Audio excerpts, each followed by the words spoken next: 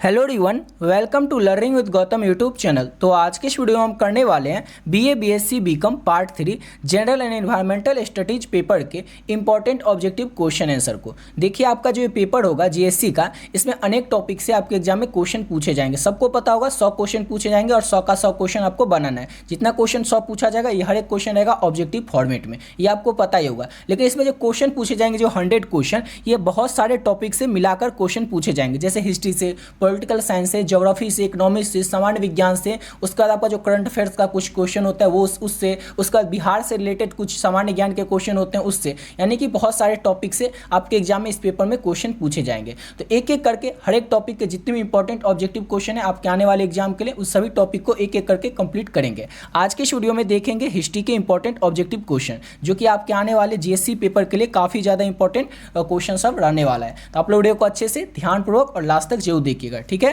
तो चलिए शुरू कर लेते हैं फर्स्ट क्वेश्चन से। और पहला क्वेश्चन है, सारे जहां से अच्छा हिंदुस्तान हमारा गीत किसके द्वारा लिखा गया था। सबको पता होगा इस गीत के बारे में, सारे जहां से अच्छा हिंदुस्तान हमारा। तो ये जो गीत था, ये गीत किसके द्वारा लिखा गया था? तो मोहम्मद इकबाल के द्वारा इस गीत को लिखा गया था। सारे जहां से अच्छा हिंदुस्तान हमारा, इस गीत को किसके द्वारा लिखा गया था? तो मोहम्मद इकबाल के द्वारा। ऑप्शन सी हो जाएगा।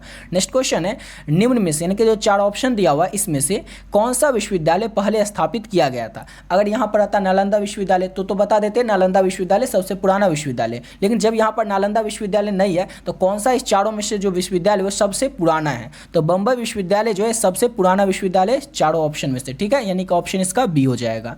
अगला क्वेश्चन है हमारा, मदन मोहन मालवीय को महामना की उपाधि किसने दी थी? मदन मोहन मालवीय जी जो थे, इनको महामना की उपाधि किसने दिया था? तो महात्मा गांधी ने। महात्मा गांधी ने मदन मोहन मालवीय को महामना की उपाधि प्रदान की थी। ऑप्शन सी हो जाएगा। नेक्स्ट क्वेश्चन है, सच्चाई अंतिम सत्य है और यह ईश्वर है, यह किसने कहा था? देखिए, सच्चाई जो है यह अंतिम सत्य है और यह ईश्वर है, ऐसा किसने कहा था? यह लाइन किसके द्वारा कहा गया था? तो एम.के. गांधी, यानी कि मोहनदास करमचंद गांधी के द्वारा, यानी कि गांधी जी के द्वारा ही इस लाइन को कहा गया था। ऑप्शन इसका सी हो जाएगा। नेक्स्ट क्वेश्चन है, लौह पुरुष के नाम से कौन जाने जाते हैं? देखिए, जितना क्वेश्चन आपको बता रहे हैं सभी क्वेश्चन आपके एग्जाम के लिए सिलेक्टेड और इंपॉर्टेंट क्वेश्चन है, तो आप लोग वीडियो को लास्ट तक जरूर देखिएगा। लौह पुरुष के नाम से कौन जाने जाते हैं? सबको पता होगा सरदार वल्लभ भाई पटेल जो है वो लौह पुरुष के नाम से जाने जाते हैं, यानी कि ऑप्शन इसका ए हो जाएगा। अगला क्वेश्चन है, जब इंडिया कंपनी की स्थापना हुई थी उस समय मुगल शासक कौन था? देखिए, सबको पता होगा 1600 ईस्वी में जो ईस्ट इंडिया कंपनी थी उसकी स्थापना भारत में हुई थी। तो उस समय में मुगल शासक भारत में कौन था? तो उस समय में अकबर था, यानी कि ऑप्शन इसका डी हो जाएगा। अगला क्वेश्चन है हमारा, नेक्स्ट क्वेश्चन, रामकृष्ण मिशन की स्थापना किसने की थी? किसकी स्थापना? तो रामकृष्ण मिशन की स्थापना, तो स्वामी विवेकानंद जी ने रामकृष्ण मिशन की स्थापना की थी। ऑप्शन इसका डी हो जाएगा। अगला क्वेश्चन करते हैं और नेक्स्ट क्वेश्चन है, गांधी जी के द्वारा भारत छोड़ो आंदोलन कब शुरू किया गया था? गांधी जी जो थे, इनके द्वारा भारत छोड़ो आंदोलन को 1942 में शुरू किया गया था। और अगर बिहार से रिलेटेड एक क्वेश्चन आपसे पूछा जाए कि गांधी जी चंपारण में कब गए थे, तो 1917 के में गए थे, ठीक है। चंपारण आंदोलन कब हुआ था? तो 1917 में हुआ था। 1917 में गांधी जी चंपारण में गए थे। किसके लिए गए थे? तो वहां पर नील आंदोलन हो रहा था, किसान सब कर रहे थे, उन्हीं को सपोर्ट करने के लिए, समझ गए। अब अगला क्वेश्चन करते हैं और नेक्स्ट क्वेश्चन है, निम्न में से कौन अभिनव भारत समाज के संस्थापक? किस समाज के? तो अभिनव भारत समाज के संस्थापक कौन है? तो विनायक दामोदर सावरकर जो है ये अभिनव भारत समाज के संस्थापक है। ऑप्शन सी हो जाएगा। अगला क्वेश्चन है हमारा, टाइगर ऑफ मैसूर के नाम से कौन जाने जाते हैं? सबको इसका आंसर ऑलरेडी पता होगा। टाइगर ऑफ मैसूर के नाम से कौन जाने जाते हैं? तो टीपू सुल्तान जो है टाइगर ऑफ मैसूर के नाम से जाने जाते हैं। ऑप्शन बी हो जाएगा। अगला क्वेश्चन है हमारा, भारत का पहला कमांडर इन चीफ कौन था? कौन? तो भारत का पहला कमांडर इन चीफ जो है वो कौन थे? तो जनरल के.एस. करियप्पा। आप लोग करियप्पा से अच्छे तरीके से याद रखिएगा, क्योंकि आपके ऑप्शन में शायद जनरल के.एस. भी नहीं भी रहे, सिर्फ अगर करियप्पा भी रहे तो आप लोग अच्छे से याद रखिएगा। भारत के पहले कमांडर इन चीफ कौन थे? तो करियप्पा थे। ऑप्शन बी हो जाएगा। अगला क्वेश्चन है, संपूर्ण क्रांति की अवधारणा किसने दिया था? सबको पता होगा जयप्रकाश नारायण ने दिया था संपूर्ण क्रांति की अवधारणा को। अगर आपसे एग्जाम में पूछा जाए कि संपूर्ण क्रांति वाला ऐतिहासिक भाषण जयप्रकाश नारायण ने कहां पर दिया था और कब दिया था, तो याद रखिएगा 5 जून। कब दिया था? तो 5 जून 1974, याद रखिएगा 5 जून 1974 को दिया था जयप्रकाश नारायण ने संपूर्ण क्रांति वाला ऐतिहासिक भाषण। और कहां पर दिया था? तो पटना के गांधी मैदान में दिया था, याद रखिएगा इसको भी।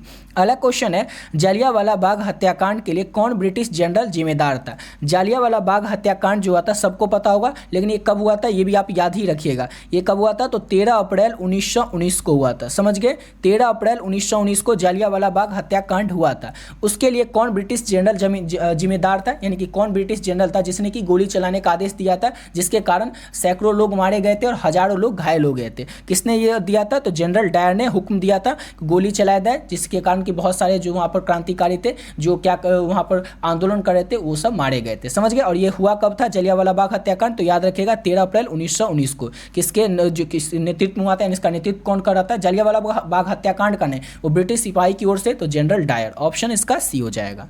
अगला क्वेश्चन है, स्वराज हमारा जन्मसिद्ध अधिकार है और मैं इसे लेकर रहूंगा, ये नारा किसने दिया था? तो ये नारा दिया था बाल गंगाधर तिलक ने। स्वराज मेरा जन्मसिद्ध अधिकार और मैं इसे लेकर रहूंगा, ये कहा था बाल गंगाधर तिलक ने, और यही उनका नारा भी था। अगला क्वेश्चन है हमारा, आज़ाद हिंद फौज की स्थापना कहाँ की गई थी? देखिए, अगर आप लोग इसे अगर गूगल पर सर्च करने जाएंगे तो आपको पता चलेगा अफगानिस्तान, लेकिन अफगानिस्तान यहाँ पर तो ऑप्शन में नहीं है, इसलिए आपको याद रखना है आज़ाद हिंद फौज की जो स्थापना है वो सुभाष चंद्र बोस ने किया था, और कहाँ पे? तो सिंगापुर में। ऑप्शन ए हो जाएगा।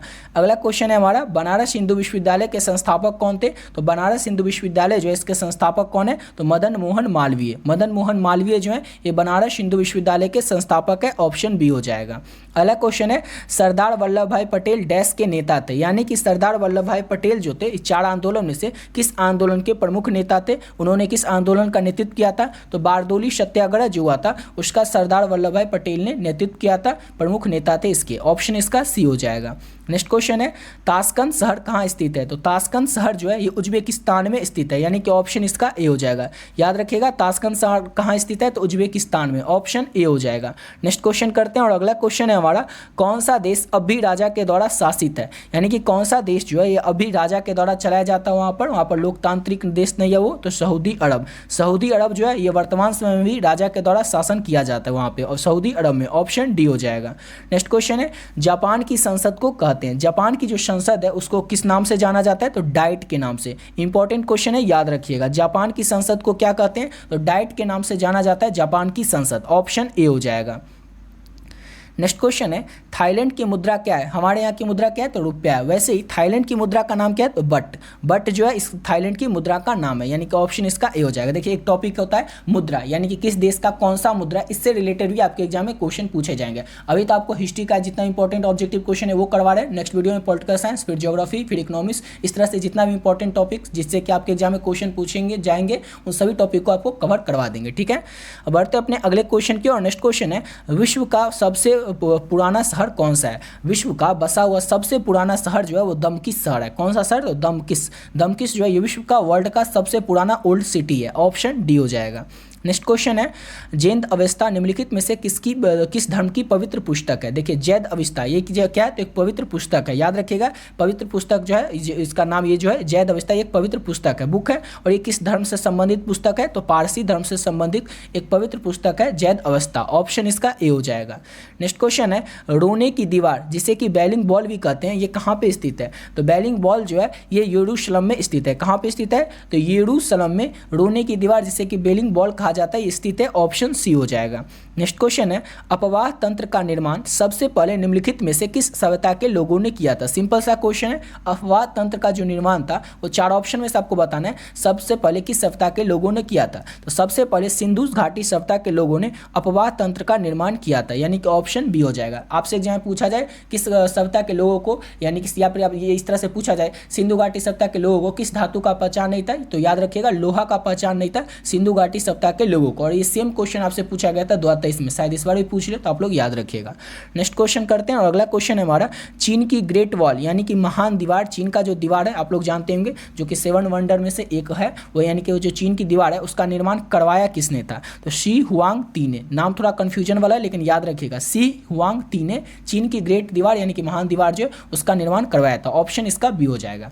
और देखिए, अगर आप लोग इस सब का PDF लेना चाहते हैं तो PDF किस तरह से लेना वो भी आपको बता देते हैं। जैसे आपकी बात करें तो ये आपका BA BSc BCom कोई भी अगर जैसे BA के स्टूडेंट हो, BSc के स्टूडेंट हो, BCom के स्टूडेंट हो, तो इसको सबका ये GSC का पेपर होता ही है। आपके GSC की बात करें उसमें अनेकों टॉपिक से क्वेश्चन पूछे जाते हैं, जैसे कि इतिहास से, राजनीति शास्त्र यानी पॉलिटिकल साइंस, भूगोल, अर्थशास्त्र, सामान्य विज्ञान, विज्ञान प्रौद्योगिकी, कंप्यूटर, खेल जगत, यानी इन सब जितना देख रहे हैं यहाँ पर टॉपिक लिखा हुआ है, इस सभी टॉपिक से आपके एग्जाम में क्वेश्चन पूछे जाते हैं। समझ गए?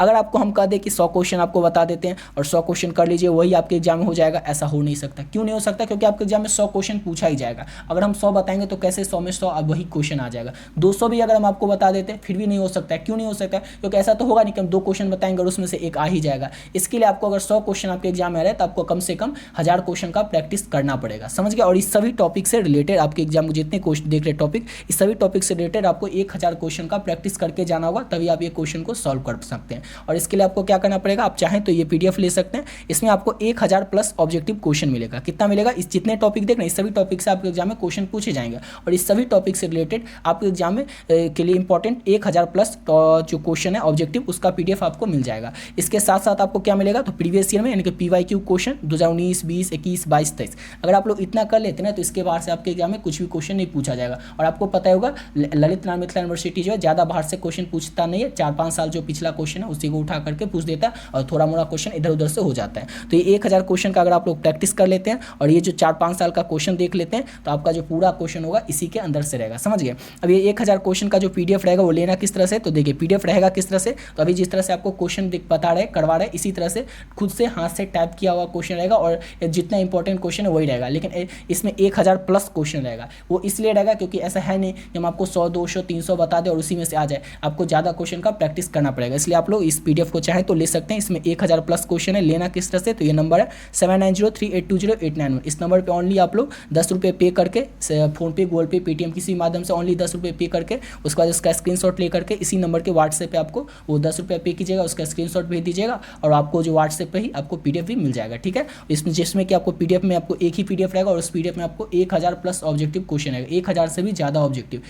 इसको अगर आप लोग अच्छे तरीके से प्रैक्टिस कर लेते हैं तो आपके एग्जाम में इसके बाहर से एक भी क्वेश्चन देखने को नहीं मिलेगा। और साथ ही साथ आपको ये तो मिलेगा ही और साथ ही साथ आपको प्रीवियस ईयर क्वेश्चन जो रहेगा वो भी आपको मिल जाएगा। ठीक है? ये जो आपको मिलेगा ये रहेगा क्या, तो हाथ से टाइप किया हुआ इंपॉर्टेंट ऑब्जेक्टिव क्वेश्चन। और ये तो आपको पता है गेस्ट पेपर का क्वेश्चन रहेगा 19, 20, 21, 22, 23 का जितना रहेगा वो आपको PDF के फॉर्मेट में मिल जाएगा। समझ गए? तो आप लोग चाहें तो ले सकते हैं ऑनली 10 रुपीज़ इस नंबर पर पे करके, उसका स्क्रीनशॉट व्हाट्सएप पे इसी नंबर के पर भेज करके। ठीक है? अब आते हैं अपने क्वेश्चन पे। तो क्वेश्चन था हमारा नेक्स्ट क्वेश्चन, बांग्लादेश की स्थापना किस वर्ष हुई थी? इसका आंसर भी कई सारे बच्चों को ऑलरेडी पता ही होगा कि बांग्लादेश जो है इसकी स्थापना हुई थी वर्ष 1972 में। ऑप्शन इसका बी हो जाएगा। अगला क्वेश्चन है वाटरलू कहाँ स्थित है? इंपॉर्टेंट क्वेश्चन है, याद रखिएगा। वाटरलू जो है वो बेल्जियम में स्थित है। ऑप्शन इसका डी हो जाएगा। देखिए यहाँ पर जो क्वेश्चन करवाएं इस यहाँ पर तो आपको समझ पा ही रहे और इसका प्रैक्टिस करने के लिए, जैसे ये जो क्वेश्चन है इसका रिवीजन करने के लिए, प्रैक्टिस करने के लिए आपसे बन पाता है या नहीं, या फिर रिवीजन करने के लिए वो PDF को आप लोग ले सकते हैं। ठीक है? नेक्स्ट क्वेश्चन करते हैं और अगला क्वेश्चन है लेडी विद द लैप किसे कहा जाता है? तो लेडी विद द लैप जो ये कहा जाता है फ्लोइंग नाइट्रिंगल्स को, यानी कि किसको कहा जाता है? फ्लोरेस नाइट्रिंगल को लेडी विद द लैप कहा जाता है। ऑप्शन सी हो जाएगा। नेक्स्ट क्वेश्चन है यूनाइटेड किंगडम एक उत्तम उदाहरण है। तो यूनाइटेड किंगडम जो है किसका उत्तम उदाहरण है? तो संवैधानिक राजतंत्र का एक उत्तम उदाहरण है यूनाइटेड किंगडम, यानी कि ऑप्शन इसका सी हो जाएगा। नेक्स्ट क्वेश्चन है असंभव शब्द मूर्खों के शब्दकोश में होता है, यह कथन किसका था? असंभव यानी कि इम्पॉसिबल शब्द जो है ये मूर्खों के शब्दकोश में होता है, ये कथन किसका था? तो नेपोलियन का कहना था कि असंभव तो मेरे डिक्शनरी में है ही नहीं। वो तो सुने होंगे आप लोग डायलॉग कि ये शब्द तो मेरे डिक्शनरी में है ही नहीं। वैसे असंभव शब्द जो था ये मूर्खों की डिक्शनरी का शब्द है, मेरे डिक्शनरी का शब्द ही नहीं है। ऐसा कहना किसका था? तो नेपोलियन का। ऑप्शन डी हो जाएगा। अगला क्वेश्चन है अमेरिका की खोज किसने की थी? अमेरिका की जो खोज है ये कोलंबस ने किया था। कंफ्यूज नहीं होना, वास्को डी गामा ने नहीं, कोलंबस ने खोज किया था अमेरिका का। ऑप्शन बी हो जाएगा। नेक्स्ट क्वेश्चन है 1448 ईस्वी में किसने कैप ऑफ गुड होम की खोज की? 1448 ईस्वी में किसने कैप ऑफ गुड होम की खोज की थी? तो बार्थोलोम्यू डायस ने। किसने? तो बार्थोलोम्यू डायस ने 1448 में कैप ऑफ गुड होम की खोज की थी। ऑप्शन सी हो जाएगा। अगला क्वेश्चन है द्वितीय विश्व युद्ध शुरू हुआ था, द्वितीय विश्व युद्ध जो है किस वर्ष शुरू हुआ था? तो वर्ष 1939 में द्वितीय विश्व युद्ध जो है ये शुरू हुआ था और 1945 तक चला था। और प्रथम विश्व युद्ध आपसे पूछा जाए कब शुरू हुआ था? तो 1914 में शुरू हुआ था और 1918 तक चला था, याद रखिएगा। अगला क्वेश्चन है पहला परमाणु बम कहाँ पे गिराया गया था? पहला परमाणु बम जो था वो कहाँ पे गिराया गया था? तो हिरोशिमा में गिराया गया था पहला परमाणु बम। ऑप्शन बी हो जाएगा। अगला क्वेश्चन है प्रसिद्ध चित्रकारी मोनालिसा किसके द्वारा चित्रित किया गया है। प्रसिद्ध चित्रकारी मोनालिसा की जो पेंटिंग है वो किसके द्वारा चित्रित किया गया है, तो लियोनार्डो दा विंची के द्वारा। इसको भी याद रखिएगा, इंपॉर्टेंट क्वेश्चन है, ठीक है। ऑप्शन इसका बी हो जाएगा। अगला क्वेश्चन है प्रकृति और की ओर लौट चलो का आह्वान किसने किया था। प्रकृति की ओर लौट चलो ये आह्वान किसने किया था, तो रूसो ने आह्वान किया था प्रकृति की ओर लौट चलो। ऑप्शन सी हो जाएगा। नेक्स्ट क्वेश्चन है भारतीय शासन के प्रतीक शब्द सत्यमेव जयते को किस ग्रंथ से लिया गया। सत्यमेव जयते जो शब्द है इसको किस उपनिषद से लिया गया, तो मुंडको उपनिषद से सत्यमेव जयते शब्द को लिया गया, यानी कि ऑप्शन इसका ए हो जाएगा। नेक्स्ट क्वेश्चन करते हैं और अगला क्वेश्चन है हमारा आयुर्वेद के वैद्य चिकित्सक का भगवान किसे मानते हैं। आयुर्वेद के वैद्य चिकित्सक का भगवान किसे मानते हैं, तो धन्वंतरी को मानते हैं। ऑप्शन इसका सी हो जाएगा। नेक्स्ट क्वेश्चन है वेद शब्द का अर्थ है, तो वेद शब्द जो है, वेद कितने होते हैं पता है, 4 होते हैं। सबसे पुराना जो है वो क्या है, तो ऋग्वेद है, ये आपको पता होना चाहिए। तो वेद शब्द जो है, इस शब्द का अर्थ क्या होता है, तो ज्ञान होता है। ऑप्शन ए हो जाएगा। अगला क्वेश्चन है मनुस्मृति किस विषय वस्तु से संबंधित है। मनुस्मृति जो है किस विषय वस्तु से साथ संबंधित है, तो कानून के साथ संबंधित है मनुस्मृति। ऑप्शन सी हो जाएगा। नेक्स्ट क्वेश्चन है उपनिषद शब्द का शाब्दिक रूप से अर्थ होता है, तो उपनिषद शब्द का शाब्दिक रूप से अर्थ क्या होता है, तो पास बैठना। याद रखिएगा उपनिषद शब्द जो है ना इसका शाब्दिक रूप से अर्थ जो होता है, मीनिंग जो होता है पास बैठना। ऑप्शन सी हो जाएगा। नेक्स्ट क्वेश्चन है पंचतंत्र के लेखक कौन है। पंचतंत्र के लेखक जो है विष्णु शर्मा है। कौन है पंचतंत्र के लेखक, तो विष्णु शर्मा है पंचतंत्र के लेखक। ऑप्शन सी हो जाएगा। नेक्स्ट क्वेश्चन है प्रसिद्ध गायत्री मंत्र किससे लिया गया, तो प्रसिद्ध गायत्री मंत्र जो है ये ऋग्वेद से लिया गया। अच्छे से याद रखिएगा, ये भी इंपॉर्टेंट क्वेश्चन है। और सबसे पुराना वेद भी कौन है, तो याद रखिएगा ऋग्वेद ही है। अगला क्वेश्चन है अजंता की चित्रकारी में किसकी कहानी को चित्रित किया गया। अजंता की जो चित्रकारी है उसमें किसकी कहानी को चित्रित किया गया, तो जातक की कहानी को चित्रित किया गया अजंता की चित्रकारी में, यानी कि ऑप्शन सी हो जाएगा। नेक्स्ट क्वेश्चन है भारत में जैन धर्म का संस्थापक कौन था, तो भारत में जैन धर्म के जो संस्थापक हैं वो ऋषभदेव हैं, यानी कि ऑप्शन इसका बी हो जाएगा। अगला क्वेश्चन है अर्थशास्त्र की रचना किसने की थी, तो अर्थशास्त्र की जो रचना है वो कौटिल्य चाणक्य ने किया था। ऑप्शन इसका बी हो जाएगा। नेक्स्ट क्वेश्चन है चाणक्य किस नाम से जाना जाता है, तो चाणक्य जो है वो किस नाम से जाने जाते हैं, आप लोग बताइए। इसका आंसर तो सबको पता होगा, चाणक्य जो है कौटिल्य के नाम से जाने जाते हैं। ऑप्शन इसका सी हो जाएगा। अगला क्वेश्चन है हमारा विश्वविद्यालय जो गुप्त युग में मशहूर था, यानी कि कौन सा विश्वविद्यालय था जो कि गुप्त के समय में गुप्त काल में मशहूर था, तो नालंदा विश्वविद्यालय जो था ये गुप्त काल में मशहूर था। ऑप्शन सी हो जाएगा।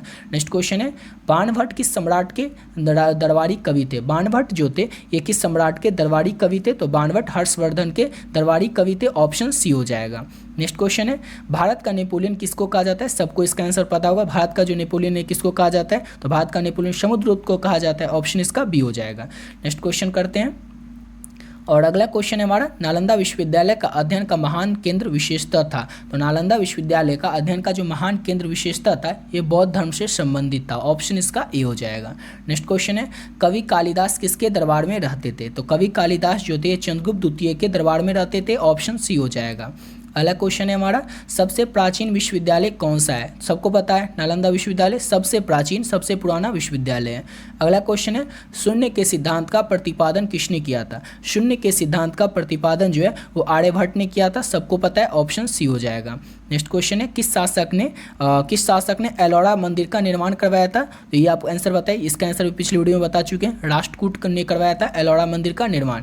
ऑप्शन इसका सी हो जाएगा। अगला क्वेश्चन है अजंता चित्रकला किससे संबंधित है। अजंता चित्रकला जो किससे संबंधित है, तो बौद्ध धर्म से संबंधित है अजंता चित्रकला। ऑप्शन इसका बी हो जाएगा। देखिए आप जो पीडीएफ लीजिएगा उसमें भी इसी तरह के क्वेश्चन आएंगे, यानी कि जैसे आप लोग यहाँ पे पढ़ रहे हैं इसका आंसर अगर आपको आंसर पता है तो ठीक, नहीं तो नहीं पता है थोड़ा ऊपर कीजिए, आपको आंसर ए बी जो सी जो भी होगा वो दिख जाएगा। ठीक है। और क्या होता है ना, अगर आप लोग गेस्ट पेपर से पढ़ते हैं तो गेस्ट पेपर में सबसे पहले तो ये होता है अगर 100 क्वेश्चन पढ़ते हैं तो उसमें 5 क्वेश्चन ये फिक्स ही है कि 5 क्वेश्चन या 4 क्वेश्चन गलत ही होगा। 5 से 4 क्वेश्चन आपका 100 क्वेश्चन में गलत ही हो जाता है। अगर आप लोग 500-600 क्वेश्चन अगर गेस्ट पेपर में पढ़िएगा तो आपका फिक्स है कि 25 से 30 क्वेश्चन गलत ही हो जाता है। और कई बार आपका हुआ भी होगा, अभी जैसे आप लोग ऑनर्स पेपर का एग्जाम दिए होंगे तो ऑनर्स पेपर में कई बच्चों का जो ऑब्जेक्टिव क्वेश्चन था तो वो तो इसीलिए गलत हो जाता था क्योंकि वो गेस्ट पेपर से ही गलत पढ़ के जाते थे। तो ये जो पीडीएफ लीजिएगा इसका सबसे मेन रीजन यही है पीडीएफ देने का, क्योंकि पीडीएफ में सही सही क्वेश्चन का आंसर आपको मिलेगा, ऐसा नहीं कि उसमें गलत आपको मिलेगा, बिल्कुल सही मिलेगा। ठीक है। जैसे आपका 19, 20, 21, 22, 23 में क्वेश्चन पूछा गया उसमें भी अगर आप लोग गेस्ट पेपर में देखिएगा तो कई सारा आंसर आपको गलत में मिल जाएगा, यानी प्रीवियस ईयर क्वेश्चन जो है वो भी आपको गलत मिल जाएगा। जाएगा, ऑनर्स जो आप गेस्ट पेपर में देखिएगा तो, या फिर गेस्ट पेपर में जो ऑब्जेक्टिव क्वेश्चन दिया हुआ उसको देखिएगा, उसमें भी आपको गलत मिल जाएगा। इसीलिए आपको ये PDF दिए ताकि आप PDF पढ़िएगा तो इसमें आपको बिल्कुल सही और सटीक रहेगा, ताकि आप लोग एग्जाम में एक भी क्वेश्चन इसके वजह से गलत नहीं कर पाए। ठीक है, और नेक्स्ट क्वेश्चन है हमारा, राष्ट्रीय ध्वज के धर्म चक्र में कितनी तीलियां हैं? इसका आंसर भी आपको सबको पता होगा, 24 है, ऑप्शन सी हो जाएगा। अगला क्वेश्चन है, सत्यमेव जयते शब्द किस उपनिषद से लिया गया? और थोड़ी देर पहले ऊपर देखे थे, सत्यमेव जयते शब्द जो है इसको मुंडको उपनिषद से लिया गया है, यानी कि ऑप्शन बी हो जाएगा। अगला क्वेश्चन है, विक्रमशिला विश्वविद्यालय किसके द्वारा बनवाया गया था? विक्रमशिला विश्वविद्यालय जो है इसका निर्माण किसके द्वारा करवाया गया था? तो धर्मपाल के द्वारा विक्रमशिला विश्वविद्यालय का निर्माण करवाया गया था, ऑप्शन इसका सी हो जाएगा।